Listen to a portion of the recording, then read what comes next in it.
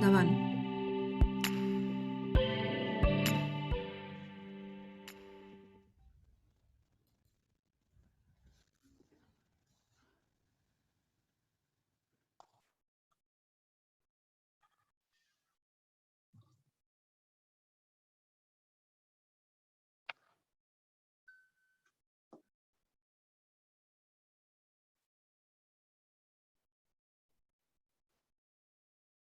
Endavant, Joan. Començo jo, Sí, sí. Doncs benvinguts. Us presento la persona convidada, que és l'Andy. Benvingut, Andy. Thank you for being here with us today. El professor Andy és un expert internacional en educació, transformació educativa, lideratge i professionalitat col·laborativa i sostenible. Ha estat assessor d'educació del Premier d'Ontario i actualment ho és del govern d'Escòcia, així com d'organitzacions professionals i organismes internacionals d'arreu del món.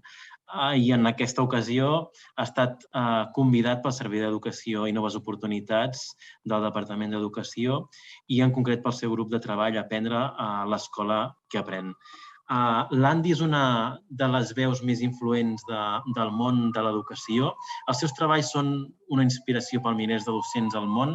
Ha publicat més de 30 llibres sobre la matèria i ha rebut 8 premis Outstanding Writing.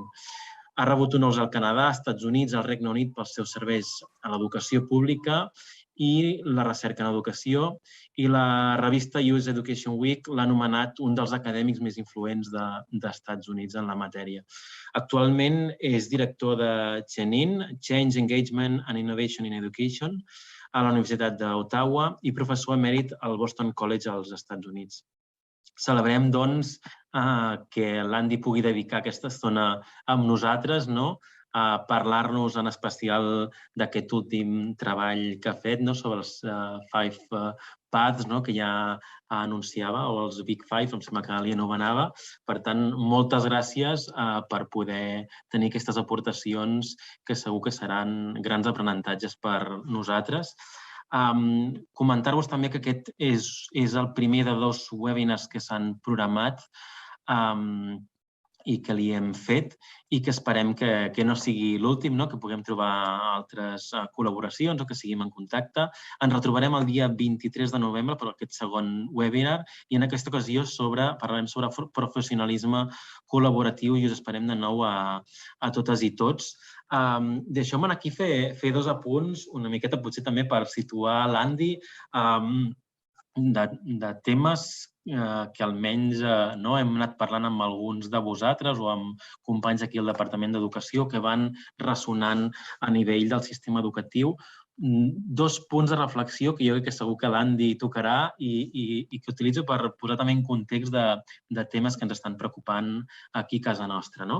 El primer focus és, evidentment, quins són els aprenentatges clau que ens expliqui l'Andy que podem incorporar per millorar a nivell de centres educatius. Perquè, evidentment, el primer repte és com millorem els centres educatius i aquí situant l'esperança o l'objectiu en què tinguem centres punters que situïn com una prioritat clara el tema de la implicació de l'alumnat com un factor clau per la millora educativa. I poso l'estrès en com canviem els centres educatius o com aprenem a nivell de centres educatius perquè després faig un breu apunt a com ha de canviar el sistema educatiu, perquè els centres educatius sols no aconseguirem que canviï tot el sistema educatiu. Jo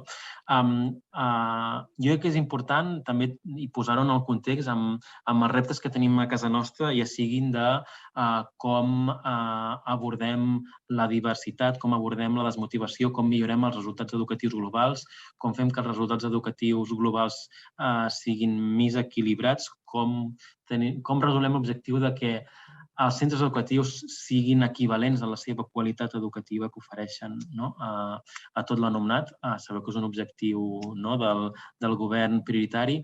A mi m'ha ressonat molt quan he llegit coses de l'Andy recentment, allò que l'Aina Tarabini explica un llibre que té com a títol «L'escola no és per a tu». Per tant, l'escola expulsa, l'escola repel·leix molts perfils d'alumnat i això amb els objectius que tenim educatius no pot passar. I per tant, aquí espero que l'Andy, amb la profundització en aquests Big Five, segur que ens apropa aquests aprenentatges a què podem transformar a nivell de centres educatius. I aquí volia assenyalar això, com ho fem a nivell de centre educatiu per canviar, però no ens podem quedar aquí. I jo no sé si és matèria de la sessió d'avui o si pots fer algun apunt amb això, l'Andy, però per mi una gran pregunta és com hem d'acabar reconfigurant el sistema educatiu per posar les condicions perquè tots els centres educatius incorporin amb aquest tema de la implicació educativa. És a dir, igual que diem, l'he llegit a l'Andy, no podem deixar la casualitat a la implicació de l'alumnat. Per tant, hem de tenir una política proactiva, premeditada, pensada de com ho treballem a nivell de centre educatiu. També hem de tenir una política predeterminada com a sistema educatiu. I, per tant, segurament estem parlant de com generem programes d'innovació, com transferim aprenentatges entre centres educatius, com acompanyem o fem una avaluació formativa tant als docents com als centres educatius. Bé, no sé quina és la fórmula, però jo li diria a l'Andy si es pot aventurar a apuntar quins són els claus de política pública educativa que ha de canviar el sistema per possibilitar això, doncs tindrem encara més aprenentatges. Dit això, moltes gràcies a tothom. El nostre compromís és per poder millorar. Tenim moltes ganes d'escoltar-te, Andy. Jo ho deixo aquí i ara la resta de l'equip entoma un breu apunt que em sembla que hem de fer. Moltes gràcies, director. Gràcies als que ens acompanyeu en l'emissió en directe a YouTube i als docents que ens acompanyeu a la sala, que sou membres del grup de treball Aprendre a l'escola que aprèn i que heu volgut ser part activa d'aquest webinar. I amb vosaltres el professor Hargreaves podrà conversar en alguns moments de la sessió. També estarem atentes al xat, a l'emissió de YouTube, per traslladar algunes preguntes a la sala.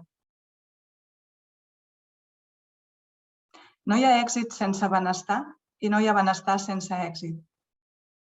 Aquesta frase aparentment senzilla d'Andy Hargreaves conté l'essència de la transformació educativa que ens ocupa a nivell mundial. Nosaltres vam aprendre de Linda Kaiser i Judy Halbert que complicar les coses és senzill, qualsevol persona pot fer-ho, però simplificar, arribar a l'essència, és difícil. Cal saber molt per arribar a aquesta essència. També cal comunicar-la, convertir-la en compromís, i això és un ofici i un art a parts iguals. I el professor Hargreaves representa aquest compromís amb l'èxit de tots els aprenents i per això l'hem convidat. I jo us deixo amb Mireia Xurtó, coordinadora del grup de treball Aprendre a l'escola que aprèn, que presentarà els docents que ens acompanyen i us proposarà una primera pregunta. Endavant, Mireia. Gràcies, Begoña.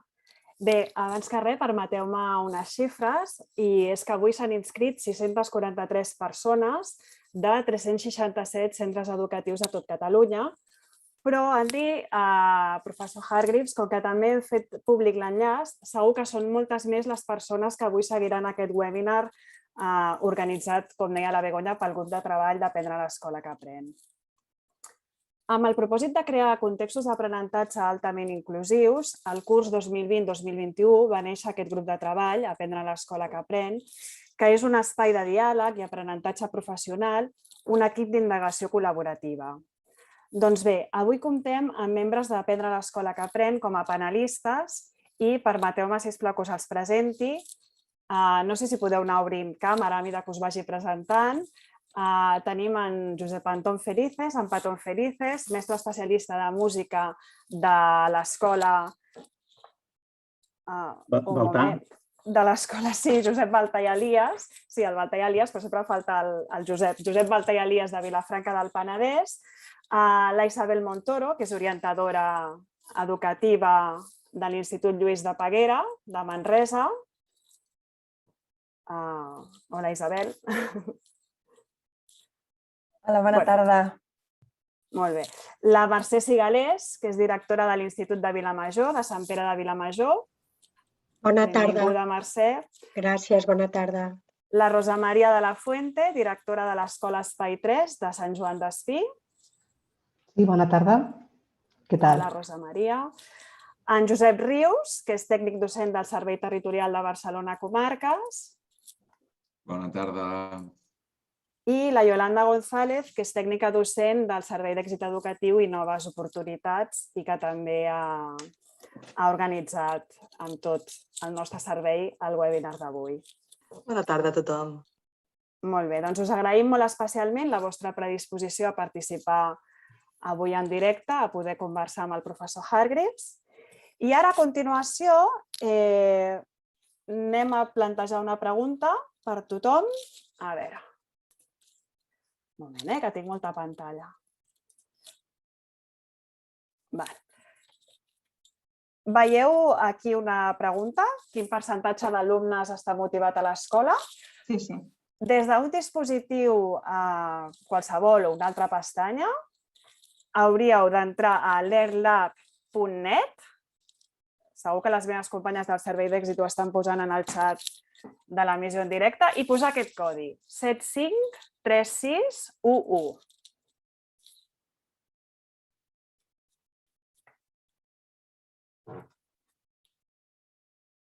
753611.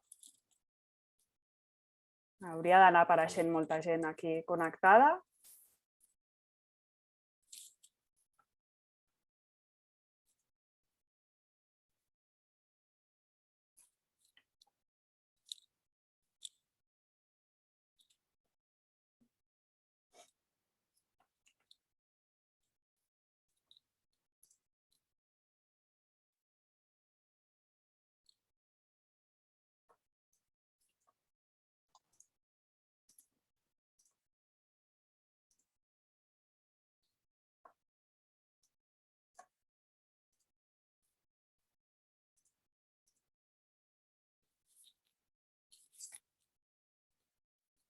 I ara ja podeu anar contestant aquesta pregunta.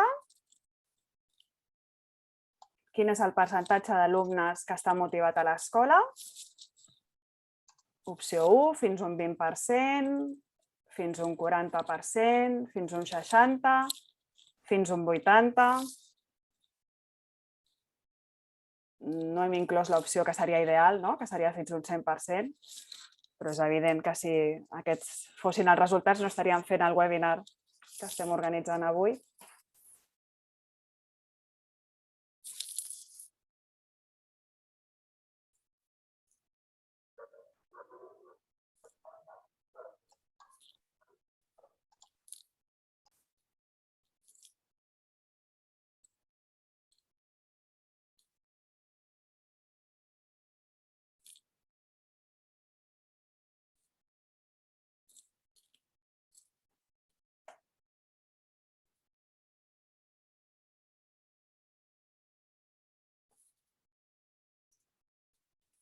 Molt bé, doncs si veiem una miqueta els resultats, tenim que sembla que l'opció més triada és la de fins un 40%, fins un 80%, un 8% de persones probablement molt optimistes han fet aquesta tria. I se m'han vist les pantalles abans, perquè són aquestes coses del directe que he passat pantalles i sé que s'han vist, però bueno, la tornarem a posar ara. Com que tots hem passat una pandèmia i hem fet classes online, doncs tothom ja ens ho perdonem tot, aquestes coses del directe. I aquestes serien les dades que són força esfereïdores. Aquestes són unes dades que nosaltres vam conèixer per primer cop justament veient una conferència del professor Andy Hargreaves. És una enquesta als estudiants, són estudiants americans, però vaja, vivim en un món globalitzat, per tant hem d'imaginar que les dades dels Estats Units no estan tan lluny de les dades que puguin haver-hi a Catalunya i veiem que tenim un 57% d'alumnes, d'aprenents, des de 5è de primària fins a 2è de batxillerat, per tant, aquella etapa tan important de la transició de la infància a l'adolescència, només un 57% estan motivats, però, clar, el que El que angoixa moltíssim i preocupa, no, són aquestes dades del 27% desmotivats i aquest 16% de molt desmotivats. Jo ara ja deixaré de compartir i ja escoltarem el professor Andy Hargreaves, que ens farà la seva presentació.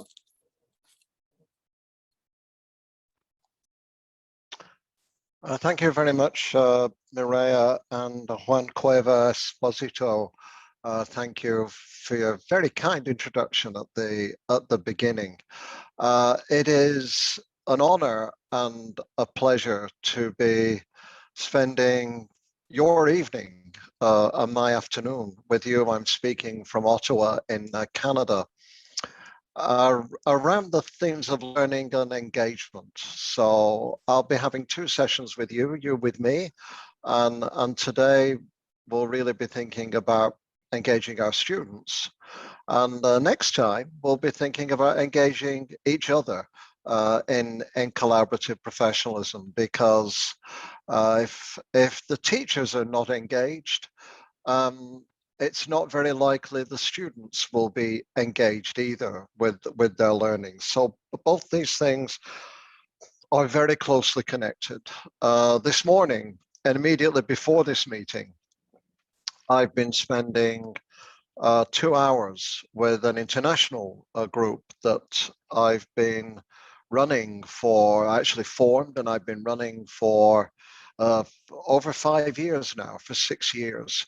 And they are ministers, deputy ministers, and professional leaders of teacher unions and principal associations from 7 different countries.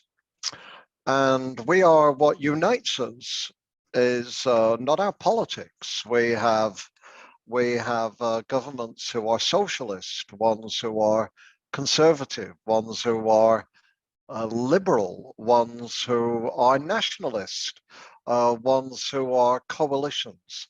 What unites us is not our politics, but our values. We are a movement seeking to advance broad excellence, not just literacy and mathematics, equity, inclusion, well-being, democracy, and human rights in professionally run systems.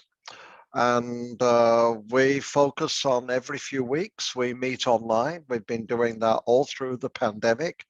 And this morning we've been focusing on how examinations in high school engage or don't engage students, and how in a concrete way we can change, with everything we've learned from the pandemic, examinations and assessments for the better, to engage all our students more effectively. So many terrible things have happened during the pandemic, but we're also learning a lot of things that might be really beneficial for the future, for students, for their teachers, and for their schools.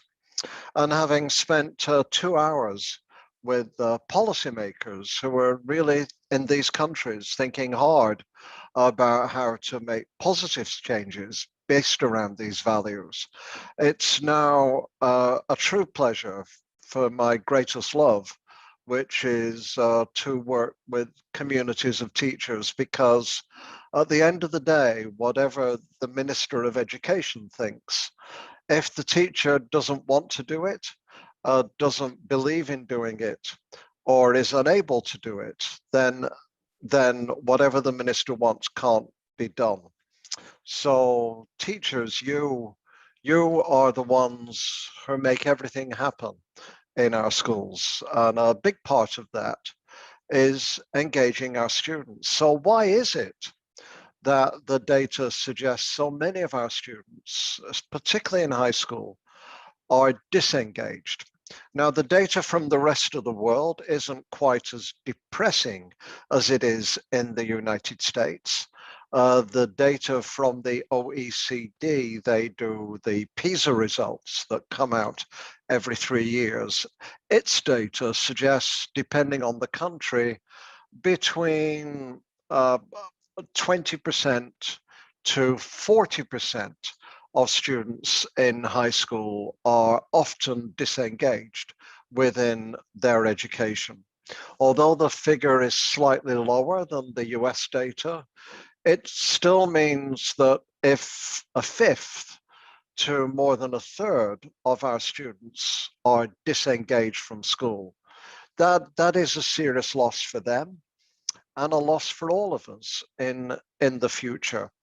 And the older the students get, the more disengaged they seem to become over time. So this is an issue everywhere, but it's a puzzle because, I don't know of a single teacher who goes into school wanting to turn the light bulbs off, as we say in English. So in English, we talk about teaching and learning being about switching the light bulbs on, helping children see something they've never seen before, know something they've never known before, and to see the joy in their face when that moment happens. So teachers want to switch the light bulbs on for children. So why is it that so many young people are disengaged despite what teachers want to do? Teachers don't go into teaching to turn the light bulbs off. So do teachers not know how to get students engaged? Are there some things so serious in students' lives, it's almost impossible to get them engaged? Or is there something else going on? And that's really what I want to explore with you for the rest of today. I'll make some presentation, but at various points, I'll also ask you some questions, and I'll ask our panelists to respond to some questions as well. So this is what we'll do together. Before I start to show my slides, what I'd like to explain to you is why I got, my colleague Dennis Shirley and our research team got particularly interested in the topic of student engagement, and why we've just written a book about it that is actually being translated into Spanish, not into Catalan, but into Spanish with Maratha publishers, and will be out sometime next year. So there are 3 reasons, really. Well, the first is Professor Shirley and I were doing a project over 7 years with 5 states in the United States, rural states, serving mainly rural schools. And their project, they had some government money really to try and raise achievement, improve learning for poor students, disadvantaged students in rural communities.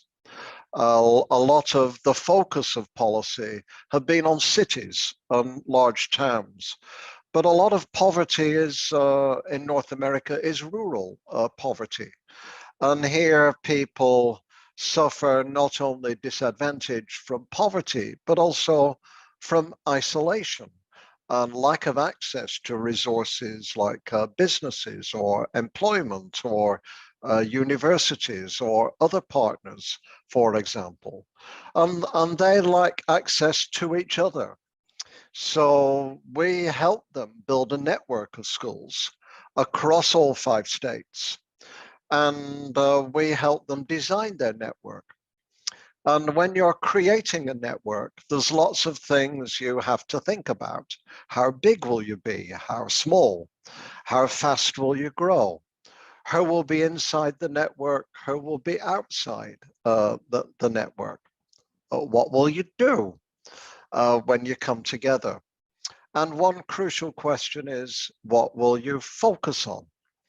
And so the one thing that the teachers and schools couldn't negotiate was that the network had to really concentrate on improving students' learning compared to students elsewhere. But they could decide any way they wanted to do that. And they decided, not us, they decided that they wanted the focus to be on how engaged or not the children were and how they could increase engagement amongst the children by working together across the school to create inspiring projects, inspiring units of work. The mathematics teachers doing this together, the writing teachers, the counselors, the special education teachers, the kindergarten teachers, and so on. So it was their real idea that the best way to raise achievement was to improve engagement. And their feeling was, although it is possible to learn without being very engaged, if you have something horrible that you have to learn and there's no avoiding it, you can, as an English phrase, you can grit your teeth, you can just get your head down, and like going through a rainstorm, you can just march your way through it. But in most cases, particularly with children from disadvantaged homes and difficult family circumstances, if you can't get them engaged with what they're learning, it's very hard for them to achieve at what they're learning. So when the teachers decided this, the educators in the schools, Dennis Shirley and I said, okay, engagement is their focus. So we'll go and look at what the research says, or what the literature says, and we'll look at what they do, and we'll bring this together, the experience and the research, to try and develop a deeper understanding of engagement and how to improve it over time. So this was really the first reason why we got involved. We followed the teachers. They didn't follow us, but we followed them and helped them figure out how to improve engagement with their students. The second reason is really to do with my own experience of engagement. 2 years ago, I wrote a memoir. In English, the title is called Moving. And it's really about my own struggle to succeed, growing up in a working class community in the north of England in the 1960s. And what the book does is use my experience to look at bigger policy questions about equity and opportunity, for example. And what the book describes is that although I grew up in a very solidly working class community, in my years in primary school, as a child, I have very inspiring teaching that helped me to be very successful. Particularly one teacher who, like many of us, were often influenced more by one teacher than all the teachers, whose inspiring teaching made me want to be an educator. And I communicated with her until she was 85, 86 years old. When I went to secondary school, though, my success turned upside down. And there were two reasons for this. One was at the age of 12, when I was 12 years old, my father died. And from having very successful school reports, my school report started to record failure, low positions in the class rather than high positions. Comments recording disappointment that I wasn't trying hard enough. But the problem was, after my father died, my mother, a working class woman, worked 3 jobs. One, cleaning people's houses. Another was working in a local shop. The third was looking after people's children. She had 3 boys to raise. And eventually this became too much for her. And she had what they then called a nervous breakdown. She wouldn't eat, she wouldn't leave the house. She became addicted to barbiturates to help her sleep. And by the time I reached about the age of, I beg your pardon,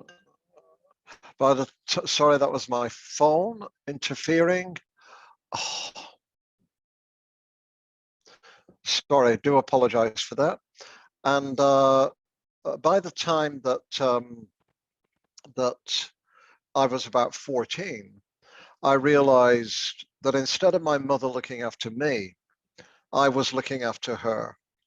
I never got to school before about 11 o'clock in the morning because I was cleaning the house, buying the food for lunch and for dinner until my grandmother could come and take over.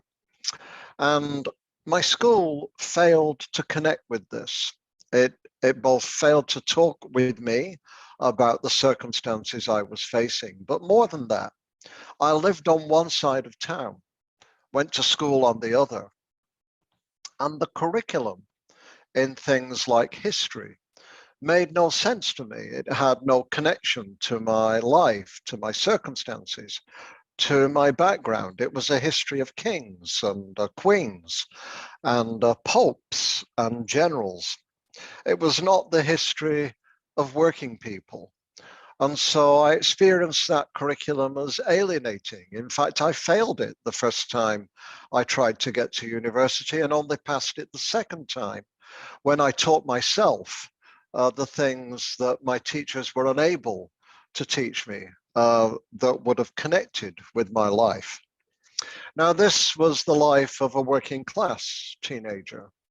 For that experience today, we'd also add the lives of immigrant students, students for whom they speak another language, students with special needs and disabilities, sometimes with gay, lesbian, bisexual students who do not see themselves or the kinds of lives they lead or identities they have within the curriculum.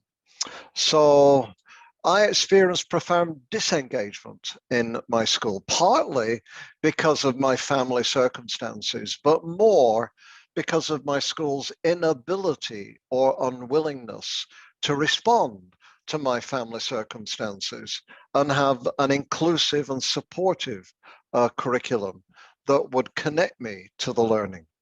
So once we started to study engagement, I also realized this had a powerful personal connection for me too, that helped me empathize with the lives of other students today who struggle for all kinds of reasons, not exactly the ones like me, but reasons of their own that are still significant challenges.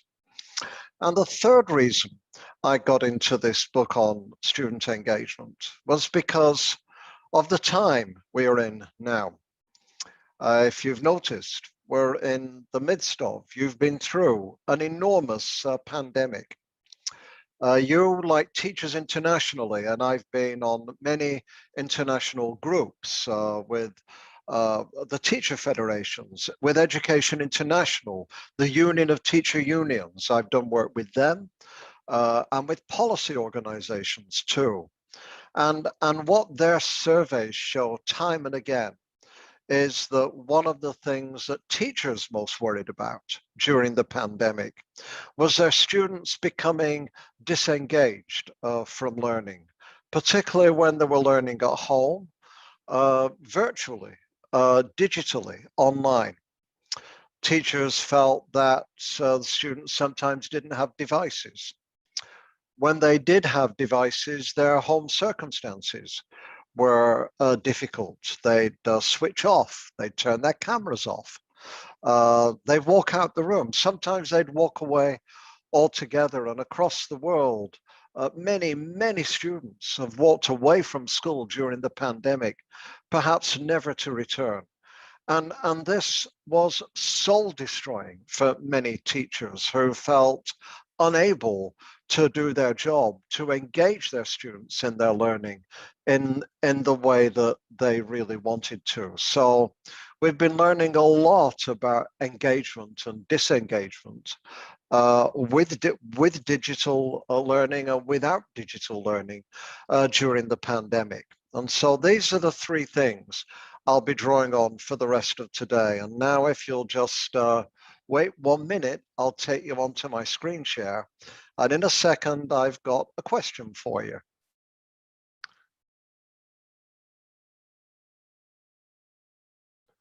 And here we go. It's coming.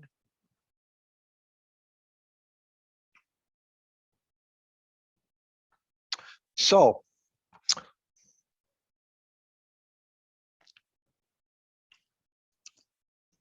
if you've ever been to Africa, you'll know of a thing called the Big Five.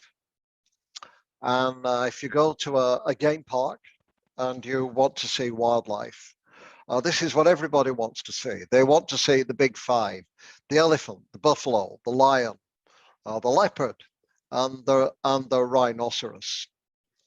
And at the moment, of course, we're coming towards the later stages of a pandemic. And that's definitely one of the big five things that we're having to deal with in our education, in our lives. And we need to understand that actually, as the World Health Organization reminds us, because species are coming closer to human species because of various environmental factors, then disease will travel more easily. Populations are moving more quickly. And for that reason, we're going to have more pandemics, more disruptions, more movement of into mask wearing, out of mask wearing, into online, out of online. And so I'm an advisor for the Scottish Government with another 9 advisors. And we wrote a paper for them last year on what to do after the pandemic. And one of the things we pointed out was this, that because of this, schools would need to be more agile. Policies would need to be more agile.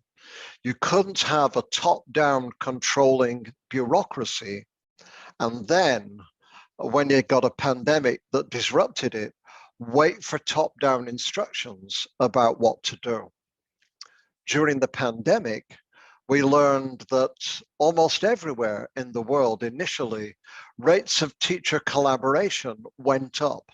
However much teachers collaborated before, now they started collaborating more because governments did not have the answer. It was teachers who, within days, learned to teach online, to access platforms, to give feedback through a digital platform, not face-to-face, and to contact each other when they didn't know what to do. It was teachers helping teachers more than governments telling teachers what to do that in many ways has got us through the pandemic over the last few years, over the last year and a half or so. And the second thing is the best countries that dealt most effectively with the pandemic in health and in education, like Scotland, were the ones that every week almost brought the major partners together collaboratively. In Scotland, it's called the COVID Education Response Group, CERG. And so representatives of parents, of students, of universities, of teachers, of school leaders, and of policy, along with health professionals, mental health professionals, would come together and decide together what to do next. Sometimes they made mistakes, but when they made mistakes, they were their mistakes collectively. they would own them, they would apologize, and then they would quickly move on. So I just want to check, by the way, can everybody hear me at the moment after that interruption? Because I see there's a label coming up saying I am in a practice session. Can you hear me? Sí, et podem sentir. You can still hear me. Okay, Sí. that's good. I'm sorry about that. Good. Okay, I do apologize. So, but we're not only in a pandemic. And so what I want to ask you next is this. There are big things going on in the world right now. Huge things, the like of which we've not seen for decades, that are affecting our societies and affecting our students and affecting our schools and affecting the future that our students see ahead of them. I believe powerfully that all of us need to see this big picture, be part of it, and take responsibility for it with our students in responding. I don't believe it's the job of the government only to think about the big picture, or even the school leader only to think about the big picture, but all of us, teachers and students, to think about this big picture and to respond. So I've talked about one. In the chat box now, would you all add just one other thing that you think is one of the other 4 things out of the big 5? What is another big thing going on in our world right now, as well as a pandemic, happening at the same time as a pandemic, that has enormous implications for what we want our students to learn, how they should learn it, and what we want them to be and to become now and in the future? So if Mireia and the rest of the group, you can facilitate the chat box, I will switch on the chat. I will close my slide share so that I can watch the chat function and the translator can tell me what you're saying. So each of you, just one thing each, and let's see what you come up with. Okay, away you go.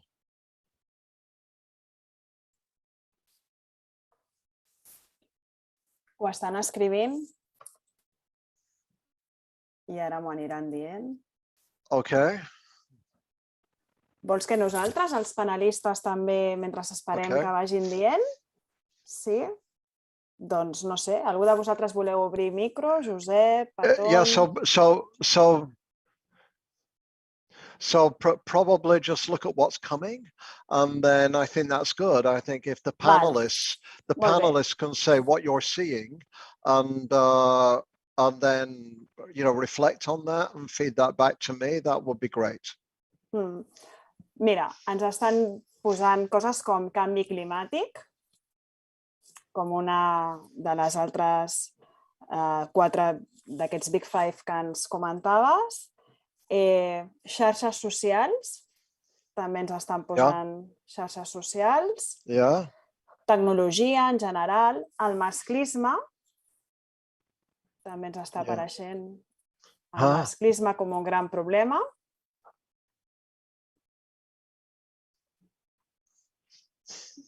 Es van repetint una mica, seria en aquest sentit, l'ecologia, xarxes socials, tecnologies, el masclisme, les desigualtats econòmiques, cada cop creant més gap entre classes socioeconòmiques, models comunicatius, violència,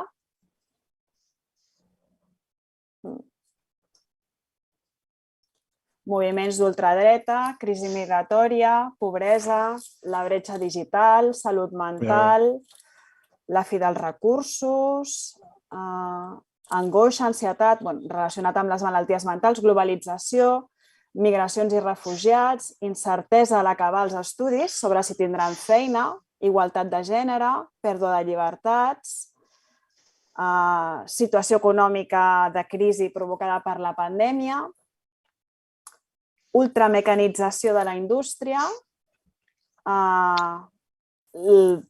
problemes amb la sostenibilitat, ràtios elevades a les aules, social networking, revolució digital, Wow. una pila d'aportacions. Espero no Okay. deixar-me'n cap. Sí, vols que te les torni a resumir una terrific. mica? Thank you. Does No? no. This is terrific. This is so. Perdona que t'interrompi, una nova, que aquesta és nova i és diferent. Fake news. Oh, yeah. Okay, so actually, I'll not ask the panelists right now because I got a really good summary there from Marie and from the translator. So before I show you the other four, there is reported this week a survey of over 1,000 students all over the world. Asked them about the future.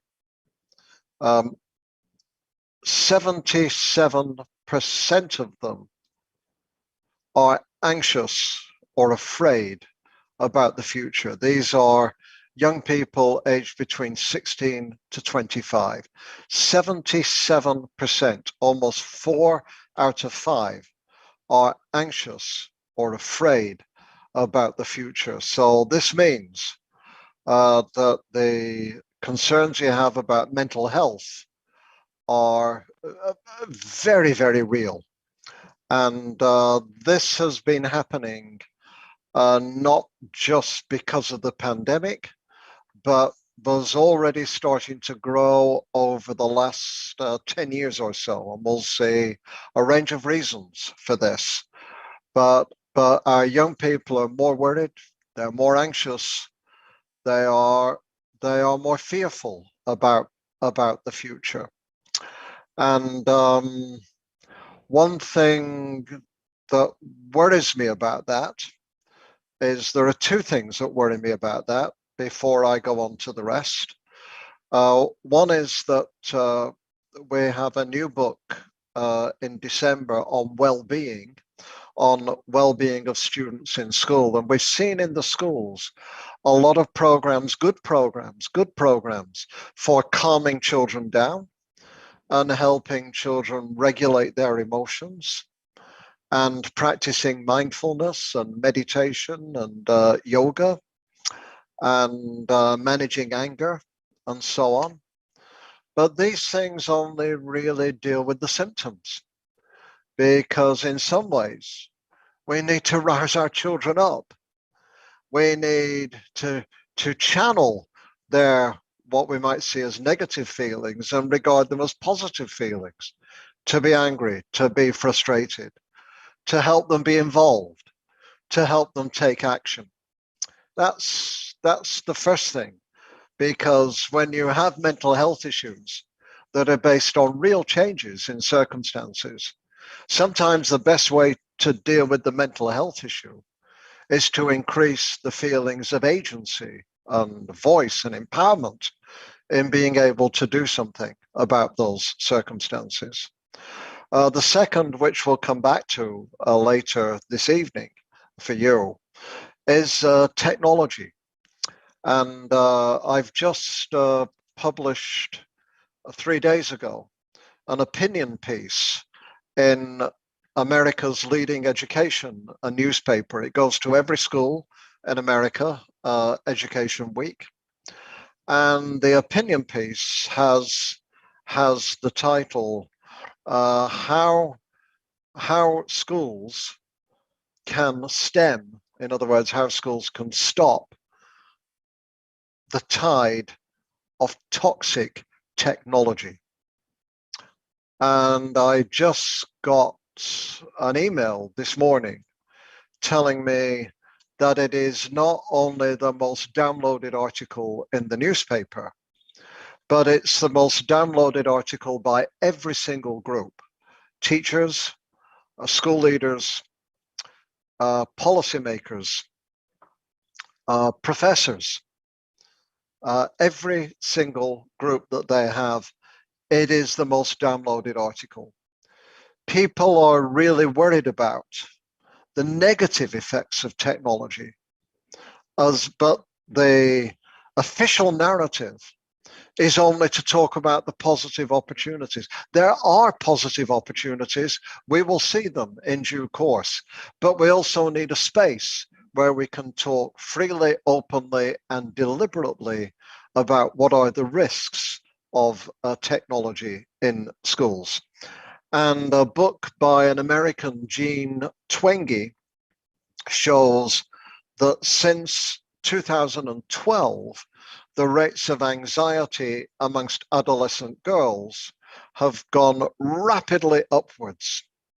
And the thing that changed in 2012 was that the iPhone started to have mass distribution amongst teenagers.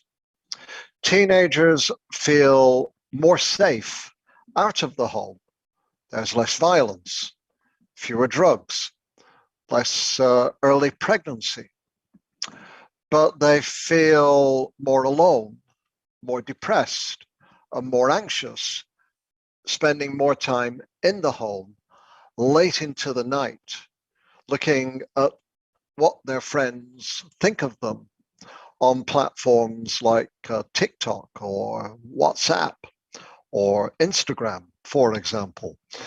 So you're absolutely right to point out that mental health and technology are two huge issues now. And then let's now look at the other four, which correspond more closely to things that you've explicitly drawn attention to and what these mean in each case. So, second, absolutely, climate change.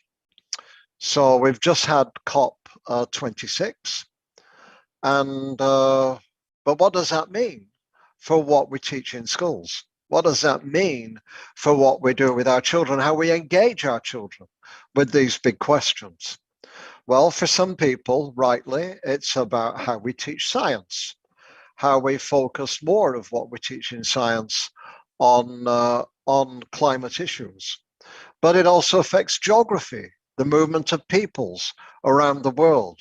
It affects social science and politics, the conflict this creates between countries as they scramble for fewer and fewer resources. But if you teach young children, one of the biggest changes you can make in relation to climate change that we learned about during the pandemic is when we had to be socially distanced and to wear masks, there was less chance of infection spreading when we taught outside rather than teaching inside. And this is a huge opportunity to think about how we increase the amount of time that children spend outdoors during the school day.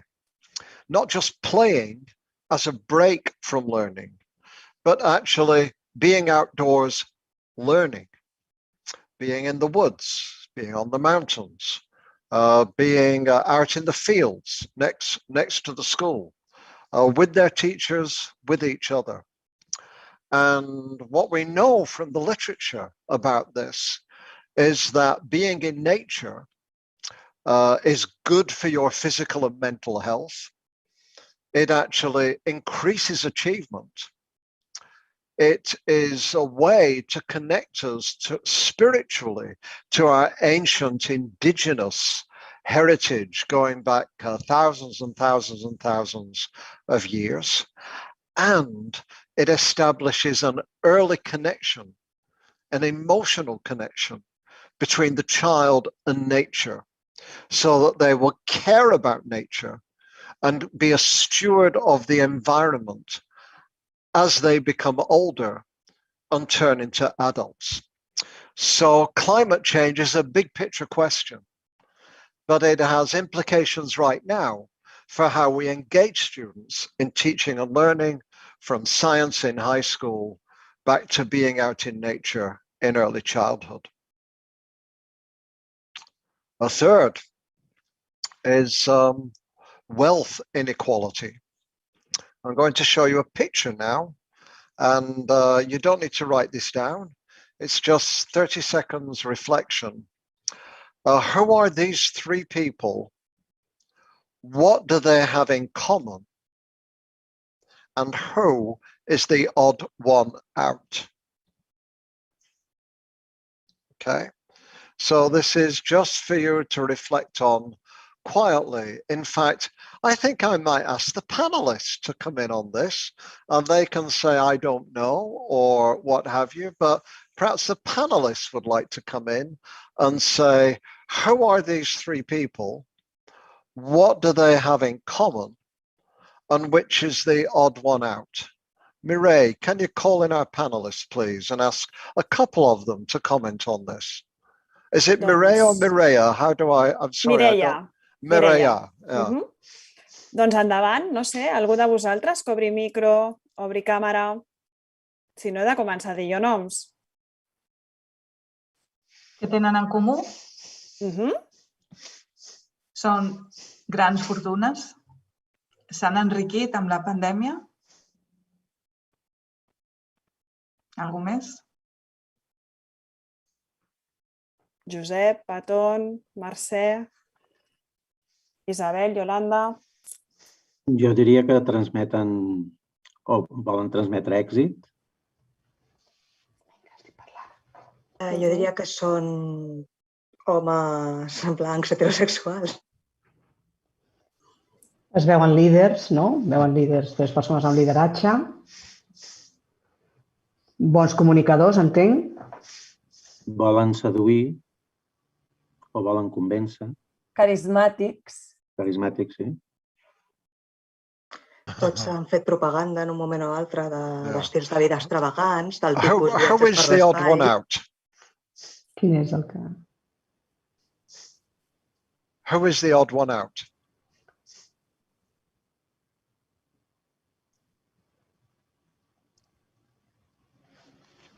Jo diria que el del mig no és una foto pensada de postureo. O sigui, els altres dos semblen cartells publicitaris i el de mig sembla una actuació amb un senyor que està comunicant en viu. Sí, potser els altres dos del costat, no? Els veig com molt, no sé, com molt egocèntrics, no? Potser no tan centrat, potser com el senyor del mig, en els problemes reals que pot tenir la gent. No sé, és com més distància, més, no? Això que dèieu, no? Més, bueno, imatge, i no tanta filantropia, d'estar preocupat pel que pot passar als altres, sinó més centrats en el que ells poden guanyar. Tenim algunes respostes al xat. Vols que te les digui? Yes, give me a summary of those. Those would be fantastic. Go ahead. Són poquetes. Ens diuen, tots són homes. És la primera obvietat del que tenen en comú. Han volgut enviar gent a l'espai, excèntrics, tenen en comú l'èxit, expressius, positius, comunicadors, la riquesa, també la tenen en comú, i suposo que quan es tracta de descartar-ne un, ens diuen 2 americans i un britànic. Aquestes serien les aportacions en el xat. Yeah, fantastic. Thank you, everybody. That's absolutely terrific. You know, something I love about working with people in Catalonia is it is such a culture of art and of the image. You have Gaudi, you have Miro, you have Picasso, and a lot of it is a lot of it is abstract art. Everywhere I go, in Barcelona in particular, I was visiting professor in Barcelona for 1 month a year for 4 years, and art is everywhere. So people really think about think with pictures as well as thinking with words. And I think you have pretty much all of it here. These are 3 white men. They are all extremely wealthy. They are all spending their wealth on sending themselves into space rather than paying their taxes. Many of you listening to this presentation today probably pay more taxes in some years than some of these men do. So this is significant because the odd one out in these 3, who is also British, is Richard Branson on my left, the head of Virgin Atlantic. He is only worth about $5.6 billion, whereas the other 2, Elon Musk and Jeff Bezos, between them are the richest people, also men, the richest men in the world. And between them, they own about $360 billion. Andy, perdona, professor. Perdona, ens diuen que hi ha un petita errada amb la traducció. Parem un moment, perquè no se't sentia en català i els que estaven escoltant pel canal de català no et podien seguir. A veure si m'avisen que ho han solucionat. Un momentet, perdona. És que és molt interessant i estava tothom protestant. No l'escoltem, no l'escoltem. Ara sí que l'escoltem. So shall I start again? Crec que sí, que podries reprendre una mica potser a la part de pagar impostos, que potser ens hem quedat aquí. A veure...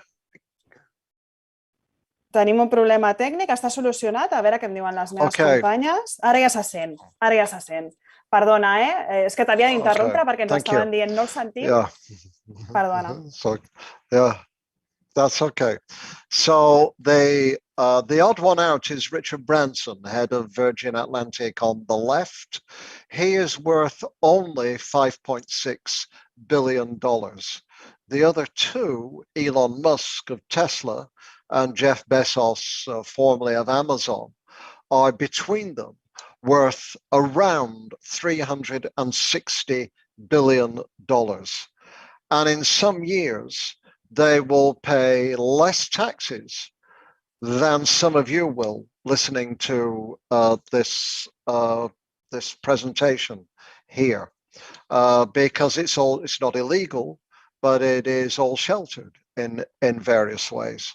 So, but all of them are rocket men who spend their money instead on sending themselves into space and fulfilling their own egotistical ambitions, or having philanthropies where they decide who should get their wealth, not the public deciding who should get their taxable wealth. Half the world's wealth is owned by how many people? So here's a question. So the answer is a number. Without looking at Google, put it in the chat box. Half the world's wealth is owned by how many people? You can express it as a percentage or an actual number. And then I'd like to hear what people are saying.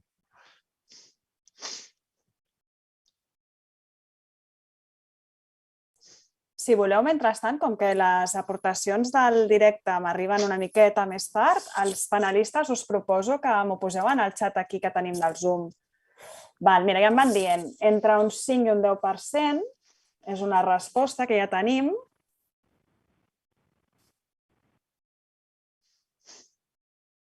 Okay, keep going. No sé si és que no estan... No, de moment no m'arriba res més. Saps què passa? Que el directe jo no el puc tenir a la mateixa vegada perquè si no s'acoplaria el so i m'ho van xivant. A veure, les companyes o els panelistes mateix, aquí en el 50%, el 10%, o 50 persones, no és 1%. 50 persones de tot el món, 5-10%, 50 persones, 10%, 2%, un 1%, 100 persones, 50 persones un altre cop, 5 persones, ens diuen, 20 persones, un 1%, 10%, 12%. Interesting. Sí, sí. Interesting. This is good, actually. This is enough. So if I can hold that now, I don't think we need the panelists here because we've had the full range. The correct answer is 26 people. 23 of them are men, which brings us to the issue of machismo and so on as well. So although at the lower ends of educational achievement and poverty and disadvantage, boys are now doing less well than girls. All over the world, boys are struggling with achievement. At the higher ends, men are still in phenomenal control of the levers of power. Both these things are true at the same time. Very important to remember that. Do not punish the working class boys struggling with their achievement because of the elite men who exercise machismo over their female competitors. I hope you understand this. It's a very important point. We have to accept both truths at the same time. So this inequality, why does it matter? Well, it matters for two reasons.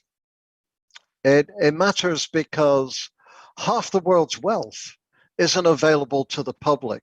The rest of us are trying to pay the costs of the pandemic or of public education with only half of the money available rather than all of the money available. And that has huge implications. The second reason is slightly more complicated, but not much. And this is from a book by Wilkinson and Pickett in 2009 called The Spirit Level. They did a sequel in 2019.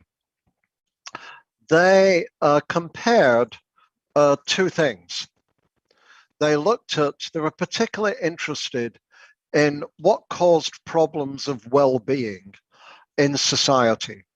And they looked at many indicators, mental illness, alcoholism, drug abuse, imprisonment, poor achievement, obesity, being overweight. They looked at many indicators of physical, mental, emotional ill-being or poor health. And then they looked at what correlated with or seemed to cause this ill health. And the greatest predictor they found was actually income inequality. So what happens is however rich or poor a society is, within that society, the more unequal it is in terms of income and wealth, the more ill-being there will be amongst everyone, including the children in the society. Not just the poor and the poorest, but the rich and the affluent also suffer from greater ill-being at the same time. And so the countries in the bottom corner are those that have low income inequality and strong well-being. And the countries in the top right, the United States, Portugal, the UK, all have very high income inequality and very poor well-being at the same time. Spain is more around the middle here in terms of the relationship between the two, more low than high on income inequality, and a bit better rather than worse in terms of well-being. But inequality really matters then, not just for how much money is available for public education and public good in general, but it also affects the well-being of the children in our schools. So what does this mean for you? It means perhaps, do you teach your children about inequality? Do you teach them about class as well as race?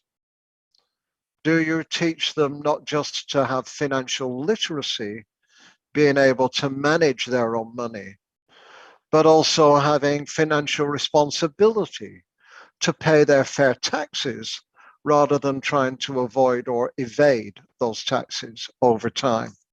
So this has implications for us in education, as teachers, even in our curriculum and in our classrooms too. The fourth is racism and xenophobia. We might also add homophobia and sexism at the same time, almost any kind of prejudice. There is an African saying that when the water hole shrinks, all the animals look at each other differently. And the animals that used to be able to get along with each other now see them competing for the same resources. This is when we look over our shoulder and see people who are different from us, not as partners or members of our community, but as threats and as challenges. This is when you have Brexit.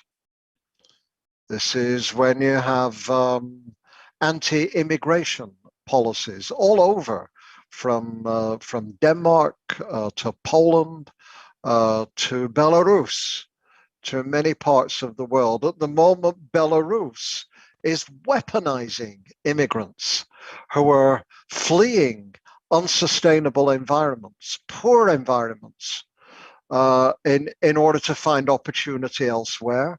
And it's weaponizing them by moving them to and over the border with Poland. And so how do we respond to this in schools? Well, of course, we need policies of inclusion and diversity and responsiveness. We need to deal explicitly with racism and prejudice. We need to teach children about the Holocaust, for example.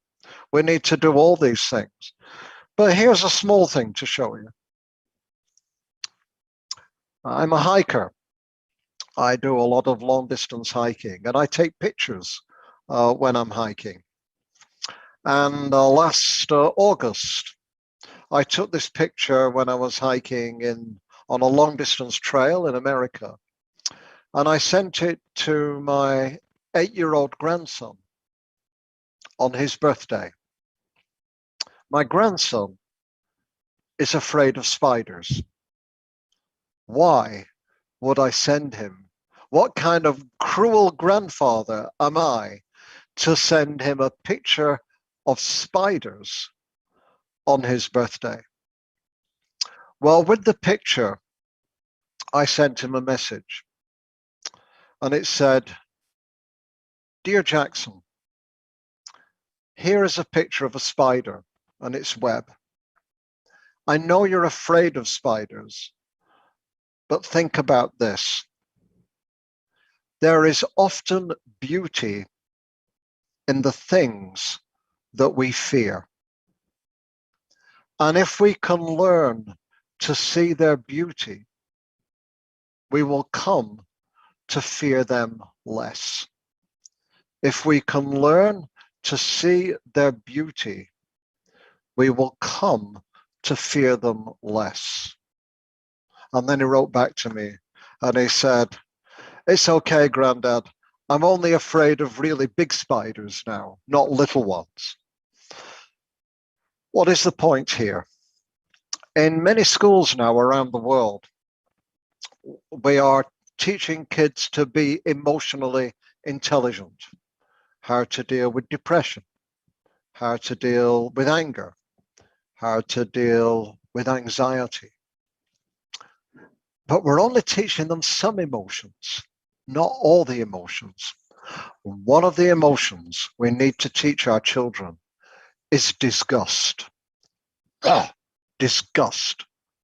Because disgust, revulsion about things that are different, is one of the basic emotions of racism. And if very early on we can teach children to reflect on the nature of disgust, to manage their disgust, to see beauty in the things that originally, for whatever reason, disgust them, then we will also teach them about how to respond more positively to things that are different, to people who are different, to people who are disabled, for example, and to be more inclusive and accepting and joyous as a response in a world of diversity. So again, I'm trying to say here in the curriculum, when we think about how to deal with racism and xenophobia, some of it is very serious. Some of it is teaching about the Holocaust or teaching about immigration or teaching about in Canada what the mistreatment of our Indigenous communities. And some of it can be done with very young children, teaching children how to identify and manage the basic emotions that can lead to racism and prejudice against other people. Last but not least is what you called the ultra-right, threats to democracy. Spain used to be a totalitarian country. I remember in the 1990s when I was in Barcelona, meeting people who still worked in education, who remembered what it was like not to have a democracy. And this really informed their teaching and the way that they approach their teaching. This is true in other countries as well. This morning, I just spent time talking to people in Lithuania who remembered what it was like before the Berlin Wall came down, not to live in a democracy. The people who remember this themselves are more likely in their teaching to protect democracy, to not take it for granted, to teach children how to participate, how to share, how to discuss things where they have different points of view, how to reach decisions on things where people don't all agree, how to have voice in their community. The problem comes when you run an education system, any system, and people no longer remember themselves what it is like not to have democracy. And this is one reason why democracy is fading all across the world. According to The Economist, the number of people who now live in full democracies is just over 8% of the world's population. We've been taking democracy for granted. And from Hungary to Poland to the United States of America and to Brexit Britain, democracy is under threat everywhere. We cannot take it for granted. We must renew it through our schools, and not just teaching about democracy, but even our very young children learning to live, to be in a democratic environment, not just sharing, but also negotiating, discussing, learning about people who are different from them, as well as ones who are the same. I spent a long time on this topic because we do live in a pandemic now, but there are many things going on at the same time as the pandemic. And 77% of young people are fearful or anxious about the future. And the thing to do in our schools is not just to calm children down or carry on teaching the same curriculum in the same way. It is to innovate, not just for excitement, but innovate for engagement with some of the profound questions that our young people are already thinking about and need to have a voice in addressing. Now, we have half an hour left after this, but I'd like to propose there are some people who probably need to take a quick bathroom break or just stretch around the room. So Mireia, could you facilitate a 5-minute break, please, before we come to the last Sí, i part? tant. Fem 5 minutets de pausa i ens retrobem en 5 minuts. Suposo que ara la Maria ens posarà com una caràtula, la música aquella que teníem. Pots apagar la càmera si vols, Andy, i ens retrobem en 5 minuts. Okay. Good. Perfecte. Yeah. All right. Good. Thank you. Gràcies.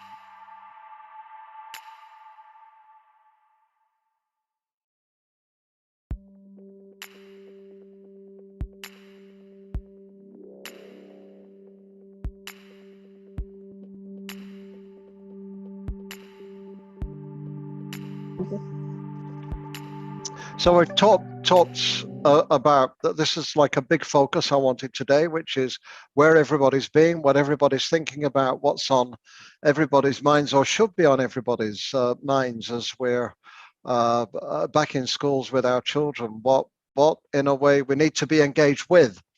The question though is how to engage, and the essence therefore is to understand that engagement is the lever for learning. If you want more learning, we need more engagement. And it's also a window into well-being. In other words, if there's something wrong with a child's well-being, one possible reason, a strong reason, is that they may not be sufficiently engaged with their learning. It may not only be things in their life or their home, but there could be something wrong with their learning, with how they're being engaged in school. So engagement is critical then. And this is why we wrote this book. So for the last part, we're going to go through this, but I'm going to ask the panel to come in just 1 second. And the rest of you might want to think about this question too. If you're watching this on YouTube now or later, just think about this question. So think of a time when you've been disengaged, not engaged, and as an adult, actually. So not as a child or as a student. In your work, it may have been a boring meeting. It may have been having to teach online. It might be this right now. It could be any of these things. But think of a time when you've been disengaged, and what did that look like? How did you experience it? And particularly, what do you think? What do you think was causing it, and what was the reason for it? And I'd like a couple of members of the panel, perhaps, to respond to this question and talk about the time professionally when in your work you felt disengaged, and what was the reason for it? Doncs endavant, vinga, 2 membres. Rosa Maria, vinga. Penso. Bé, moltes gràcies per l'oportunitat. I jo sobre aquest tema, mirant, reflexionant sobre mi mateixa, quan m'he trobat que no han comptat amb mi o que les meves opinions no valen o que facis el que facis mai te n'en surts, és quan te desmotives, no? Quan te desmotives o quan veus que el que t'estan aportant no té res a veure o no t'impliquen, no te tenen en compte, no? Com et sents? Et sents malament, et sents fora del grup, et sents que què fas allí, no?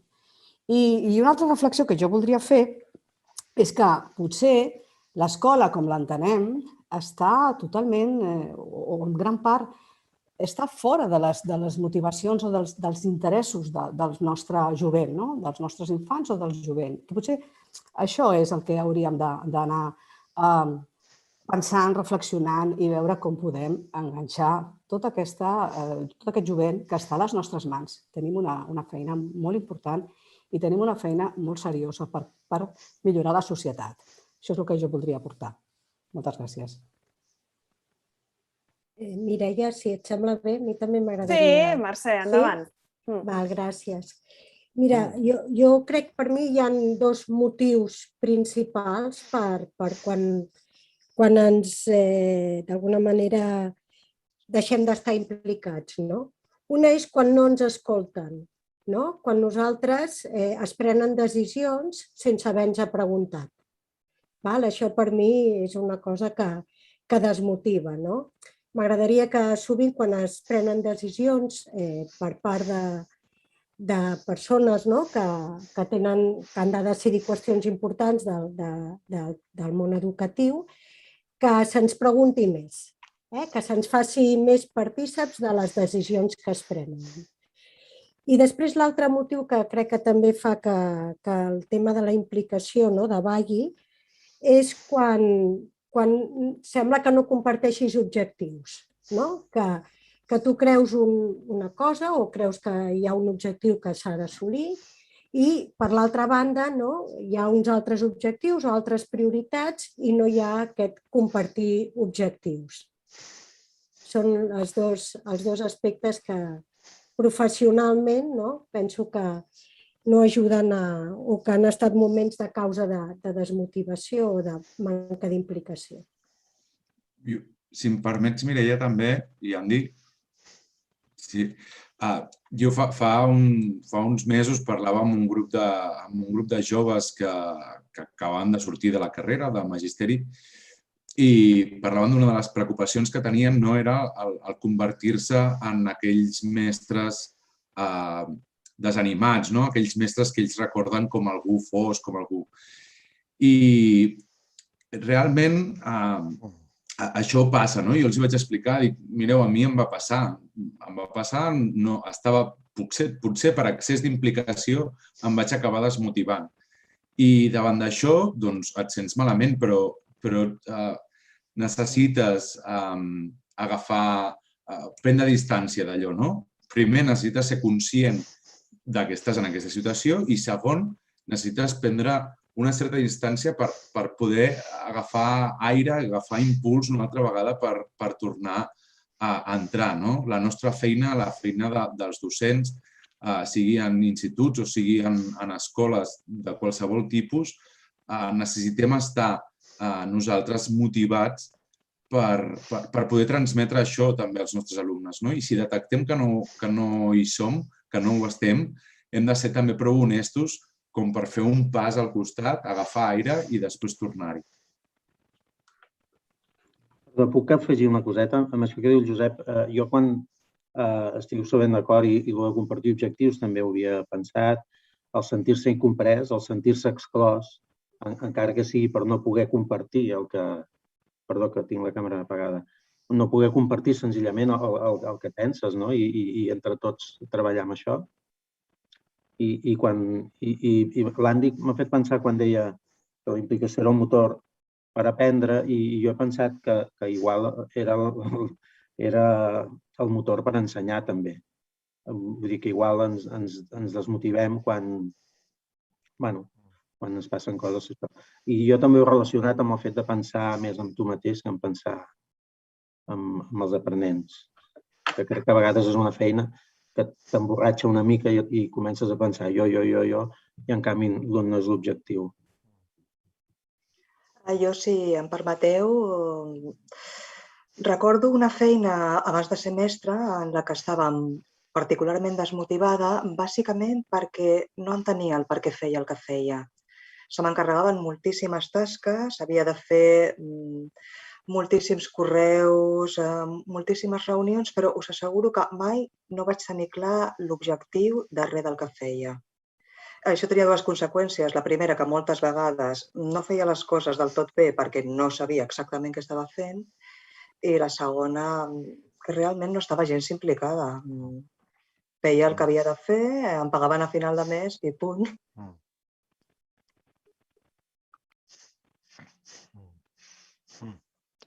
Well, thank you everyone for those. I really appreciate them. We're going to come back for another round in about 5 minutes, and to prepare for this, what will be helpful again for the panelists is if you would now think about a student, through your work, who has appeared quite disengaged to you. Either in whatever way. They might be bored, they might look out the window, they may not show up, they may be rebellious, they may be, in any way they seem disengaged. And I'm going to go through 5 things, and I'm going to ask you, which of these 5 do you think is the biggest reason for their disengagement? And if you think it's none of the 5 or it's something else, then you can also say that, okay? So which of these 5 do you think is the biggest reason for this? And let me...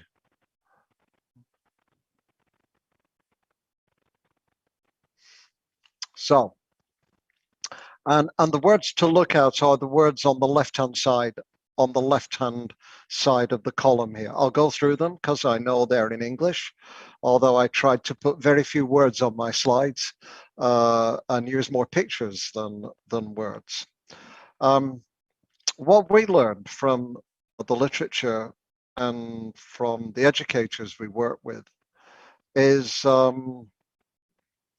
that engagement and disengagement take different forms. There isn't one reason, there isn't one thing behind it. Often we think it's because people just get bored easily or because there are things going on at home.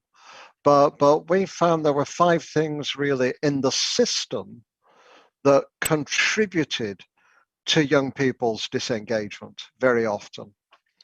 And here are the 5. So I want you to think about the student you have in mind and which of these 5 is the most likely. The first is disenchantment or loss of magic, which means there used to be magic and somebody stole the magic from the child.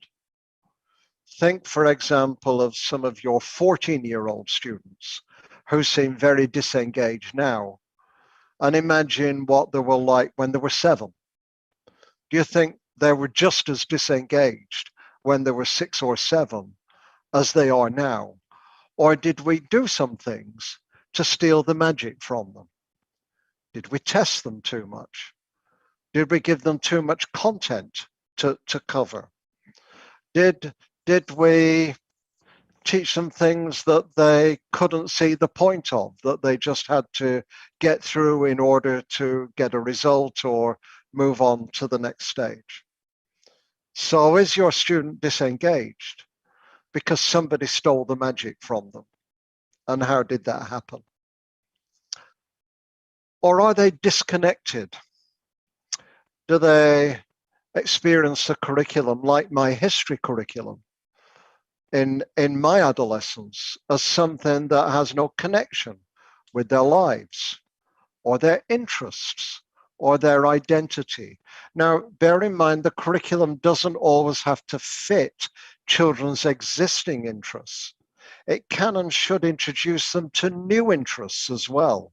But is it really doing that, or is it just giving them more content? So how does the curriculum connect to students who are gay, for example? Does it have gay families in the reading materials? Does it have families of different color? Does it have single parent families? Does it have immigrant families? Are students with disabilities represented in the literature that people look at? Is the ugly duckling a bad story to tell because the white swan is beautiful and the ugly duckling is gray? So, do students feel, is your disengaged student disconnected from what it is they're being asked to learn? Third is disassociation. It's a mouthful, but disassociation means no attachment. 2 kinds of problems here: no attachment and no belonging, or the wrong kind of belonging. So disassociation may mean a child who is lonely, a child who is bullied, a child who's been learning digitally all the time rather than having face-to-face contact. Or it could be the wrong kind of belonging. It could be children that the things they search for online, the algorithms send them back to similar things. So they only end up connecting with people like them or people who think the same things as them. This is fake news, of course, which reinforces the cycle of the myths, the lies that people learn. How, if I'm in a school of middle-class children, elite children, how do I learn to belong to children who are different from me in other communities? Fourth is disempowerment. Do your students have a voice? in what they learn and how they learn it. If I walk into their classroom and ask them, what are you learning and why are you learning it? Even if they're 7 years old, can they give a good answer? Even if they're learning mathematical square roots, can they give a good answer of why they're learning square roots other than they need to pass the test? So are they empowered in their learning, in their school, in the behavior policies? Last is distraction, particularly digital distraction. Does your school have a policy on dealing with the risks of technology, digital addiction, online bullying, too much screen time? We've seen a lot of this during the pandemic. Adolescent girls in England change the images of themselves. 30%, 1/3 of girls change the images of themselves online. What does your school do about this? Does it say, oh, it's a pity? Or does it have a policy, a strategy, a learning discussion? So how do we deal with distraction? These are the 5 things. So think about your students. You have only a few seconds left, and then I'm coming back to you. Which do you think is the big one out of all these 5, or something else that is disengaging the student you're thinking about? And if you could come back with 5 minutes, and then I'll close in the last 5 minutes. Potser ja ho anem tenint i t'ho podem anar dient. Què us sembla? Mentre van aportant en el xat, potser... Isabel, ara et tocaria a tu, que abans no has parlat. Vinga. Clar, jo crec que hi ha una part de que molts estudiants no se senten escoltats i que molts d'ells encara no saben el que fan i per què ho fan. Moltes vegades ells et fan la demanda, no? De dir, escolta'm, no, mira, saps, és que a mi m'interessa molt saber quan jo hagi de llogar un pis o hagi de fer una hipoteca què volen dir aquests números, què volen dir aquestes coses, no? I potser aquestes coses es recullen només, no sé, parcialment, diguem. El tema de la pertinença jo crec que també és un tema molt important, no? Si no em sento escoltat, si no em sento part de l'institut o de l'escola, això també fa que la meva implicació en qualsevol aspecte vull dir, des de cuidar el mobiliari fins a deixar els lavabos nets o recollir les coses del pati, la meva implicació és diferent, perquè allò no m'ho sento meu, perquè ningú m'ha dit que allò també és meu. Llavors, jo crec que aquestes 2 coses, així amb alumnes que tinc en ment, podria ser el tema del que estan molt desencantats i que en algun moment entre la primària i la secundària s'ha perdut la màgia, això també és un tema important i tant com a professional i com a mare, de dir, ostres, en quin moment tota aquesta il·lusió per anar a l'escola, totes aquestes ganes de treballar, totes aquestes ganes de fer, s'han convertit no sé, en un adolescent assegut en una cadira 6 hores sense ganes de fer. I perdoneu que he parlat molt. No, en absolut. Si vols, aporto alguna cosa que tenim en el xat. Sí? Sembla bé, professor Hargreaves? Sure. Mira, en el xat coincideixen la majoria d'aportacions en la desconnexió. És en el que més tenim aportacions. I després tenim una bonica reflexió que no ha sigut via el xat, però m'ha arribat, que diu que aquests 5 aspectes de manca d'implicació semblen els 5 aspectes de ruptura de l'enamorament d'una parella. I bé, hem trobat que és una metàfora que s'hi adheuria bastant, no? Bé, hi ha aquest retard, no?, amb la traducció. I, bueno, no ho havíem vist així, però ara ho veiem, ho veiem, sí, sí. Desil·lusió, pèrdua de màgia. No sé si voleu aportar alguna cosa més, Josep, Iolanda, Mercè, Rosa Maria, Patón. Jo és que no puc evitar pensar en un alumne en concret que vaig tenir l'any passat, que només amb 9 anys ja... És que era la imatge de la desassociació, del no sentir la pertinença, del trobar que tot el que estàvem explicant a classe no tenia res a veure ni amb ell, ni amb la seva cultura, ni amb la seva família, ni amb les seves expectatives. És que ho sento, però em ve la cara d'aquesta criatura. I, bueno, em trenca el cor, la veritat. Jo també, perdó. Jo també penso que... Tenia 9 anys. Jo també penso que els factors, a mi em costa separar-los. Jo penso que hi ha un desencantament perquè hi ha una desconnexió d'aquest noi, d'aquesta noia, no? Jo estic pensant també en algun cas concret i hi ha una desconnexió també, vull dir, també implica una manca de sentiment de pertinença, no? Si se sent pertinent és perquè aquest currículum, perquè aquest pla d'estudi acompanya realment els seus interessos, no? I amb el que ell es vol implicar, no?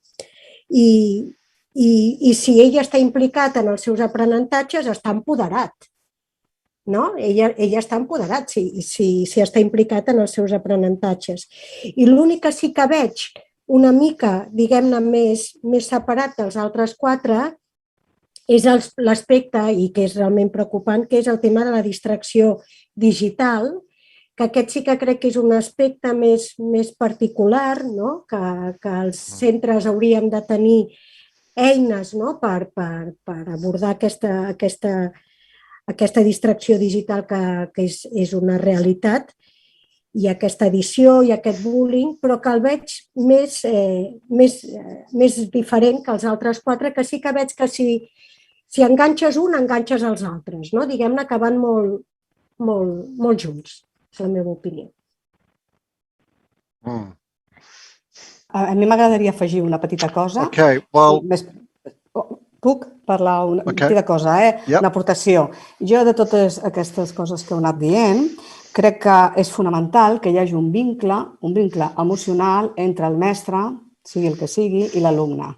Així sí hi haurà implicació, perquè coneixerem en aquell alumne. Ells necessiten sentir-se, com tots, que ens importem. Si ens importa la seva vida, les seves característiques i més que donar els continguts, anem a formar persones. Tenir-ho clar, això, des del començament. Crear aquest vincle emocional jo crec que és fonamental. I a partir d'aquí ja se crea la pertinença al grup, que també és bàsic, especialment a l'adolescència, que hi hagi un empoderament. I amb això que deia la companya de la distracció digital, és veritat, aquest és un dels reptes que tenim. Ja no és només tenir tecnificat tot, no, sinó saber que siguin capaços, amb pensament crític, d'esbrinar la informació, què sí, què és una fake news, què no és. Aquest és el repte, jo crec que és el repte veritable del futur dels docents. És la meva opinió. Gràcies, jo ja callo. Thank you. So thank you all of you. For these great comments. I think you're totally correct. They are intertwined. They're not a set of tricks or just tools or strategies. They are united by, if you like, a common morality or a common purpose or a common emotional connection. Very hard to do all these unless you have an emotional connection. And the distraction part, although we think about digital distraction, it's important just to understand existentially that usually when we are disengaged from one thing, we're actually engaged with something else. We're not engaged with nothing. We're usually engaged with something else. As an adolescent, it might be with romantic relationships. una relació romàntica, per exemple.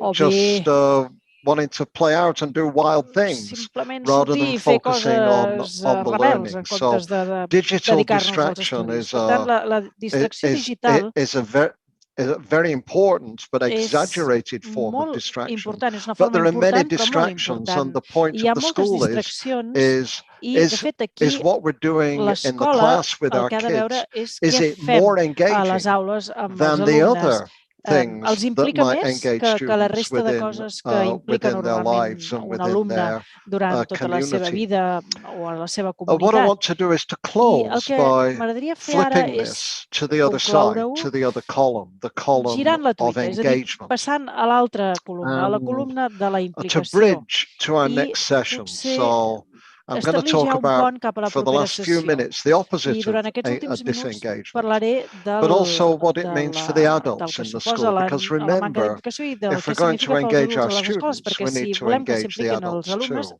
també els adults ens So hem here are d'implicar. some thoughts and Aquí tenim questions algunes to reflexions close i with. algunes preguntes per tancar ja aquest seminari. Is there creativity and magic La among the creativitat adults i in la your school? màgia la tenim també entre els Do you feel adults when you have o a teniu la meeting sensació quan us that you're not reuniu just making decisions, que no només preneu but sometimes decisions, that you're sinó que de playing? vegades esteu Do the adults jugant? in your school Els play? adults a la vostra escola juguen? Are they playful parts Són, of your meeting?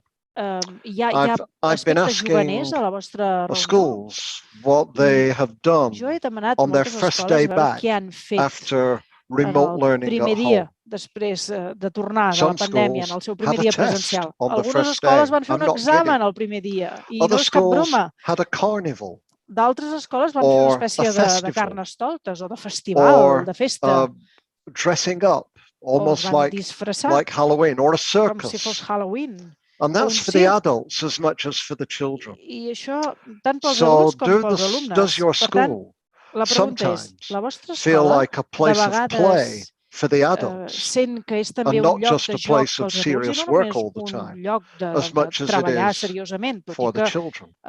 ho és, i Are the igualment adults pels involved alumnes. in, so Els what you're adults, asked to do, the curriculum you a veure, el teach, que s'us ha demanat que feu, el the pla tasks d'estudis you que heu have to d'impartir, take les on, tasques que heu do d'assumir, they have meaning and purpose for you? tenen un Or do significat they i un objectiu seem per to vosaltres? come O from an us arbitrary sembla place somewhere else, que venen often like arbitràriament they d'un do altre for the planeta, children no? as Com well? moltes vegades els passa també Or als are you alumnes? involved in O the meaning esteu and implicats purpose of en what aquest you're doing as a significat, teacher en together? l'objectiu del que esteu fent com a Do you feel part docents? of a community Us within your sentiu com school, a or do you part d'una feel alone? comunitat a la vostra escola o us Do you sentiu feel like sols? you're moving in the same direction? Sentiu que us esteu Do you movent work tots, with aneu tots teachers cap who a are la mateixa different direcció? from you, Treballeu as well as teachers who are the docents same? amb un rerefons diferent i Teachers d'altres amb un who rerefons think igual? differently? O potser Teachers in a docents que different pensen d'una altra subject? manera o Teachers d'una who altra may be assignatura? O quiet potser rather alguns than docents que són més perhaps very callats expressive i potser no són tan as you might extravertits o be? expressius com Do you learn pugueu to ser belong vosaltres? O heu après within a a diverse group pertànyer of teachers a un grup rather than divers de only docents, seeking més teachers que out només buscar who approach aquells things exactly docents the que veuen same les way coses that you do? exactament de la mateixa manera que And do you vosaltres? build that belonging as you're doing I here aquesta in, pertinença, tal com in ho esteu learning fent for the learning aquí, school? Do you en build that aquesta belonging in aprendre, en networks l'escola que aprèn, across schools? també So ho you feu feel you entre belong to escoles? schools Teniu and la teachers in sensació other que places pertanyeu as també a well as in escoles your i own a docents place? d'altres llocs, d'altres escoles i no Do només you de la feel vostra escola? empowered? Us sentiu empoderats? No matter how young you are in the school, Independentment do you del lead poc temps que something faci que in sou the a les school? escoles. Do you have Realment a voice? teniu la It might sensació que be lidereu, que teniu una veu. technology. You may be Podria closer ser a connected la tecnologia, to podeu ser young que estigueu people's més culture, vinculats to amb les cultures examples, dels joves, to ways of using els exemples, platforms la like manera TikTok and d'utilitzar plataformes WhatsApp com and so TikTok on. o WhatsApp. No matter who you are, if Independentment you're de the qui sigueu, caretaker, si if you're the bus sou driver, els que if you're the preneu cura administrator, o are you el involved xofer in de professional l'autobús development o in the esteu school? a l'administració, esteu Do you implicats en el belong desenvolupament de and l'escola? Vosaltres do you have a pertanyeu? voice, no matter Teniu what una your veu a role, l'escola? your position, Sigui or quina your sigui la vostra seniority posició, is, el or rol is your o la vostra school antiguitat. a hierarchical O la vostra escola bureaucracy? és més aviat un ens Alas, burocràtic i the opposite jeràrquic. of distraction I finalment, is really being able to l'oposat a la focus, distracció és to la capacitat de concentrate, concentrar-se, de and to centrar-se master i something de dominar interesting, alguna but also cosa difficult interessant, and però també challenging. difícil i que suposa Perhaps un a repte. sport, Per exemple, un or a esport musical instrument, o un instrument, or a new idea, or o potser una concept, or nova form of idea, un nou knowledge. concepte, una manera nova And do you de master coneixement. things as I teachers, domineu també deliberately, aquestes with coses each other? com a docents i de For forma instance, deliberada in els uns amb els Canada, altres. Per exemple, many a elementary Canadà teachers will hi say, ha if you ask them, molts mestres I'm not de a maths person. primària que They diran, love jo no literature, sóc de they mates, love m'encanta books, la they love literatura, history, els llibres, la but they just don't història, like maths so però no els much. agraden les How matemàtiques, do no we els agraden help tant. each other Com ens ajudem become els not uns als just altres competent in per maths no as ser només teachers, competents but able to en una master matèria, sinó maths que puguem as a dominar subject, també les as a matemàtiques discipline com a in assignatura, our com a lives, disciplina a as les well as nostres in our vides, work, així com because també we a la teach nostra this feina, a lot of the perquè time. en How en come fem we with classes each other moltes master vegades. numbers Com and podem space dominar as well les and as xifres much o els and as espais joyously as we tant master o tan words poc and com master dominem les language? And how paraules do we o les coach, llengües mentor, i and com push as well as intentem support each other també in order empènyer to els do altres, that? però donar-nos suport mutu per Everything we want assolir-ho. for our children, Tot el que we volem should per want als for nostres alumnes ourselves. també ho hauríem de voler per a And nosaltres everything we mateixos. want for I tot ourselves, el que volem we per a should want for nosaltres our mateixos children. ho hauríem de voler també per That's als the nostres secret alumnes. of an Aquest engaging és el classroom for secret children d'una classe and an implicada engaging per school als alumnes i for d'una the escola adults within it. implicada o Next que time, impliqui we'll els talk adults. about how La to propera build vegada that parlarem as a de collaborative com community. construir-ho com a Thanks for participating comunitat que today. col·labora. Gràcies per Thanks to participar all the avui. panel Gràcies for your a tots els ideas and your panelistes per input. les vostres I idees apologize i for les not vostres involving you aportacions a bit i more demano earlier disculpes on, per but no I realized implicar-vos I had to més talk more abans, slowly però than m'he I adonat que usually he de do parlar una because mica of més lent que de translation. costum perquè But tenim I was interpretació delighted to hear simultània, the però ha perspectives. sigut un plaer And when escoltar I'm no aquí longer les able to do opinions my i job as a quan ja no professor, pugui I fer la will meva become a feina marriage de counselor now, catedràtic, and I segur will que help seré people orientador with all the educatiu forms i of ajudaré engagement a that totes will les enable persones them en to tot love tipus each other better d'implicacions and i love potser each other també em more. ficaré en Thank you for relacions your time. amoroses i matrimonials per veure com podem millorar-ho. Moltes Moltes gràcies, gràcies. professor Hargreaves. Com ja preveiem, aquest ha estat un webinar d'allò més inspirador. Contribuir activament a l'augment de la motivació i implicació de tots els aprenents, és imperatiu, és urgent, perquè està en joc el seu creixement personal, el seu benestar, el seu aprenentatge i, en definitiva, el seu èxit a la vida. Avui hem gaudit d'un temps de conversa i de reflexió plegats. Els participants han contestat a un qüestionari inicial, han triat una opció en l'Airlab, han participat al xat o bé els panelistes en directe. Tu mateix ens has compartit experiències personals. Per tant, tots plegats hem creat un clima de confiança i tot plegat amb l'ajut de la tecnologia.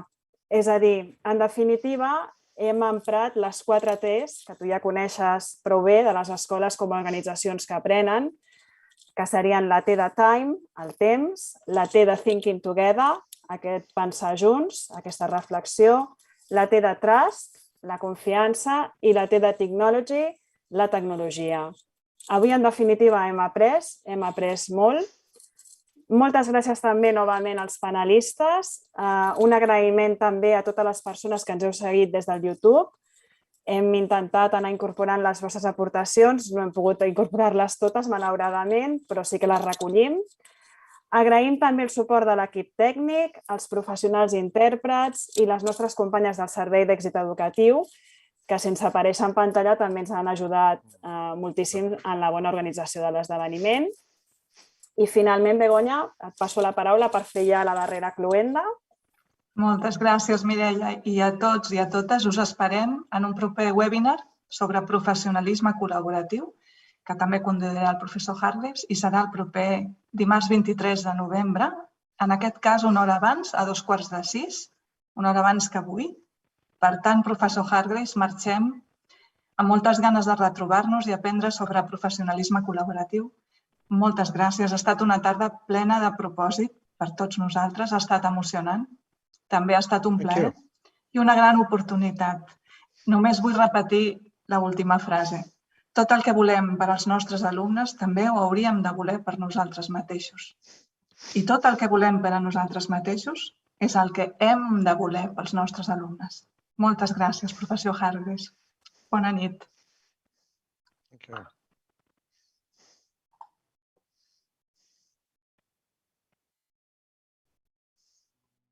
Thank you.